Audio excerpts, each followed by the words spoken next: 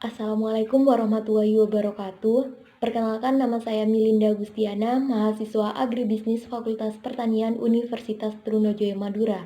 Pada mata kuliah Metode Kuantitatif Bisnis 2, di sini saya akan menjelaskan beberapa materi, yaitu tentang analisis conjoin, analisis jalur, dan analisis tim series. Untuk lebih jelasnya, ikuti video berikut ini.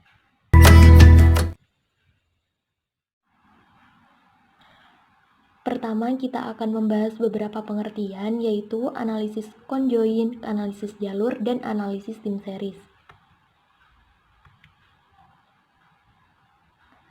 Apa sih itu analisis conjoin?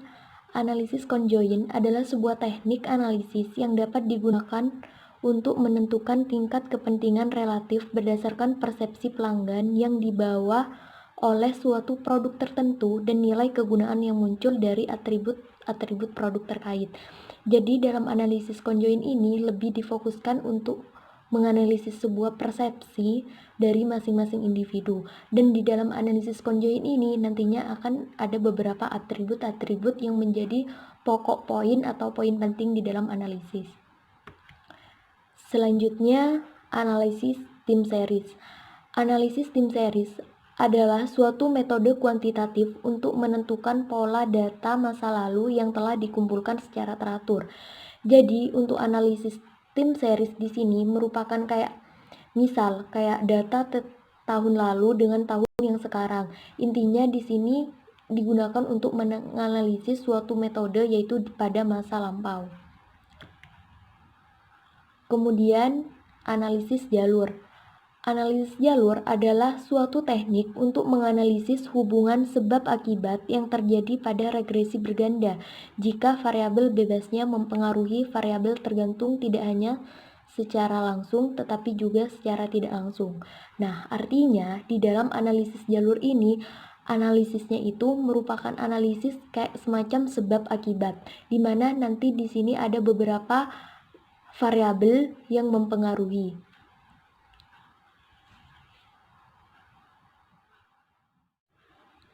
Selanjutnya yaitu tujuan penggunaan analisis conjoin, analisis jalur, dan analisis tim series. Pertama, tujuan dari analisis jalur yaitu untuk mengetahui pengaruh langsung, pengaruh tidak langsung, dan pengaruh total dari variabel endogen. Jadi untuk simpelnya saja, untuk analisis jalur ini itu untuk mengetahui beberapa kayak hubungan atau korelasi antara variabel independen dengan variabel dependen. Di sini dikatakan bahwa menerangkan mengapa variabel berkorelasi dengan menggunakan suatu model yang berurutan secara temporer, menggambar dan menguji suatu model matematis dengan menggunakan persamaan yang mendasarinya. Jadi di sini nanti akan membentuk sebuah gambar yang nantinya akan dijelaskan di belakang kayak terkait hubungan yang mempengaruhi. Selanjutnya, tujuan dari analisis tim series. Di sini yaitu menjelaskan mekanisme atau meramalkan suatu nilai di masa depan dan mengoptimalkan sistem kendal. Tujuan analisis conjoin. Tujuan dari analisis conjoin tersendiri yaitu mengetahui bagaimana sih persepsi seseorang terhadap suatu objek yang terdiri atas satu atau banyak bagian. Yang dimaksud dengan persepsi ini, di berbagai macam atau beberapa masyarakat itu kan memiliki banyak persepsi. Jadi untuk menganalisis sebuah persepsi dari masing-masing itu, kita dibutuhkan dengan analisis conjoin. Selanjutnya yaitu jenis variabel dan data yang digunakan dalam analisis conjoin dan analisis jalur. Dalam analisis conjoin, variabel yang digunakan yaitu kita mengarah pada atribut dan level. Mengapa? Karena pada atribut dan level ini berpengaruh terhadap persepsi. Kan tadi sudah dijelaskan bahwa analisis conjoin ini berhubungan dengan persepsi masyarakat. Nah, untuk variabelnya itu mengarah kepada level dan atribut. Sedangkan data yang digunakan yaitu berupa data parametrik dan data non-parametrik. Apa sih data parametrik dan non-parametrik itu? Data parametrik itu merupakan ilmu statistik yang mempertimbangkan jenis sebaran atau distribusi data. Nah, dari situ apakah data menyebar secara normal atau tidak. Dan untuk non-parametrik itu merupakan tes yang modelnya tidak menetapkan syarat-syaratnya mengenai parameter populasi yang merupakan induk sampel penentuannya. Kemudian yaitu analisis jalur, di mana di dalam analisis jalur ini ada variabel dan jenis datanya. Untuk variabel pada analisis jalur yaitu menggunakan variabel dependent, variabel independen, dan variabel intervening. Di sini yaitu berkaitan tentang korelasi. Jadi kayak dari variabel independen ke dependen itu ada pengaruh atau tidak, atau bahkan antara independen dengan dependen itu masih dipengaruhi dulu oleh intervening sehingga pengaruhnya terhadap dependen itu semakin kuat. Dan yang terakhir itu tentang datanya. Data yang digunakan biasanya pada analisis jalur itu yaitu jenis data interval. Jenis data interval itu merupakan data yang diperoleh dengan cara pengukuran di mana jarak antar dua titik pada skala sudah diketahui. Next, analisis jalur. Nah, pada analisis jalur di sini sudah jelas bahwa terdiri dari beberapa variabel dan ini merupakan bentuk penerapan yang sudah tadi saya jelaskan kayak terkait variabel, pengertian, dan tujuannya. Itu sudah saya rangkum melalui model ini. Diklat di sini dan uang makan di sini, motivasi kinerja merupakan bentuk variabel. Nah, diklat dan uang makan merupakan variabel independen. Motivasi merupakan variabel intervening dan kinerja merupakan variabel dependen. Di sini, diklat bisa berpengaruh langsung terhadap kinerja atau uang makan bisa berpengaruh langsung terhadap kinerja. Namun, dengan adanya variabel intervening yaitu motivasi, diklat dan uang makan dapat dipengaruhi oleh motivasi sehingga pengaruhnya itu terhadap kinerja itu masih ada motivasi. Motivasi ini motivasi di sini memperkuat pengaruh antara diklat dan uang makan terhadap kinerja. Selanjutnya, analisis conjoint. Nah, pada analisis conjoint, di sini kan ada dua pokok poin yaitu atribut dan level. Yang dimaksud dengan atribut dan level, di dalam atribut ini terdiri dari bahan kemasan dan bentuk kemasan. Level itu sudah jelas. Kebetulan di sini saya menjelaskan terkait produk mie instan. Nah, di sini pada atribut pertama, bahan kemasan, dilihat dari bahan kemasan. Kan tadi saya di pengertian menjelaskan bahwa analisis conjoint itu merupakan persepsi. Jadi, di sini persepsi masyarakat itu berbeda-beda. Maka dari itu, jika dalam analisis ini outputnya sudah diketahui, maka kita tinggal lihat nilai utility-nya itu berapa. Nah, misal ya, nanti di nilai utility itu, nilai tertinggi itu mengarah pada plastik. Jadi, interpretasinya itu seperti ini.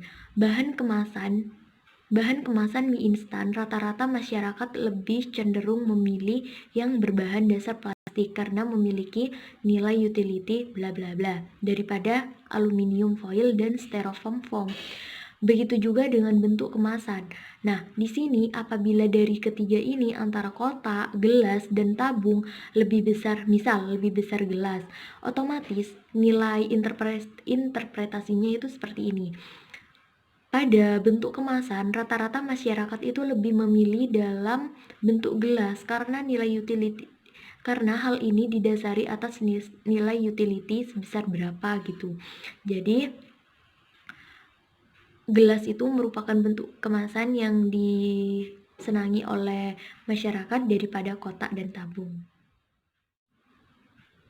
Lanjut ke istilah yang ada pada analisis tim series, stationaritas, dan kointegrasi.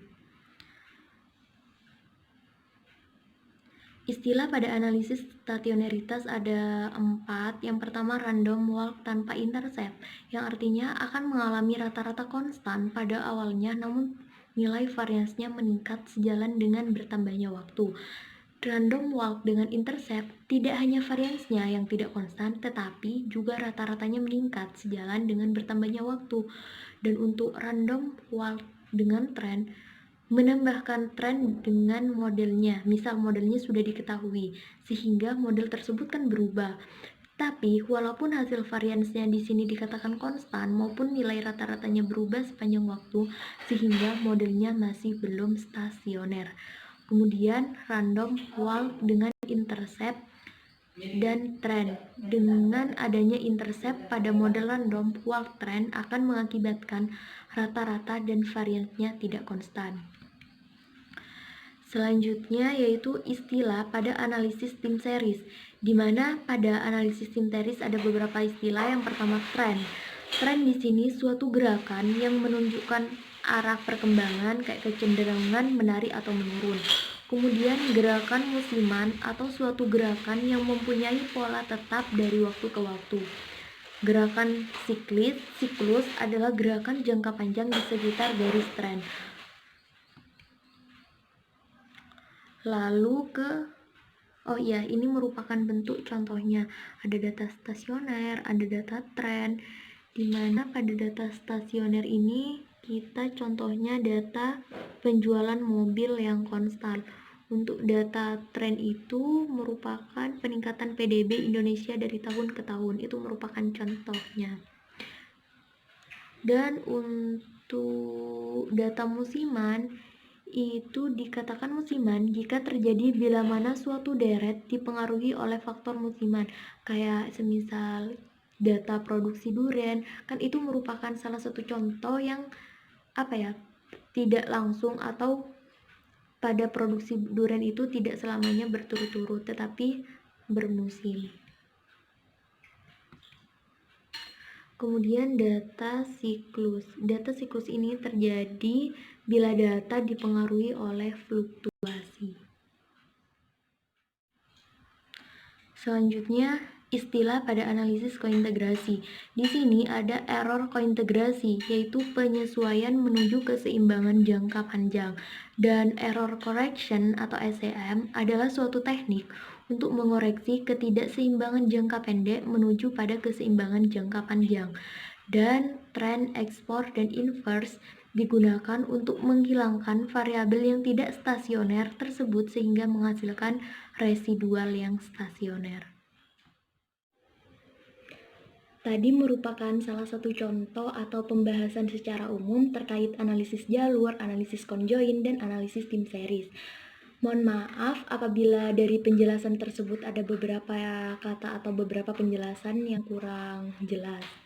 Sekian presentasi atau penjelasan dari saya, kurang lebihnya saya mohon maaf. Wassalamualaikum warahmatullahi wabarakatuh.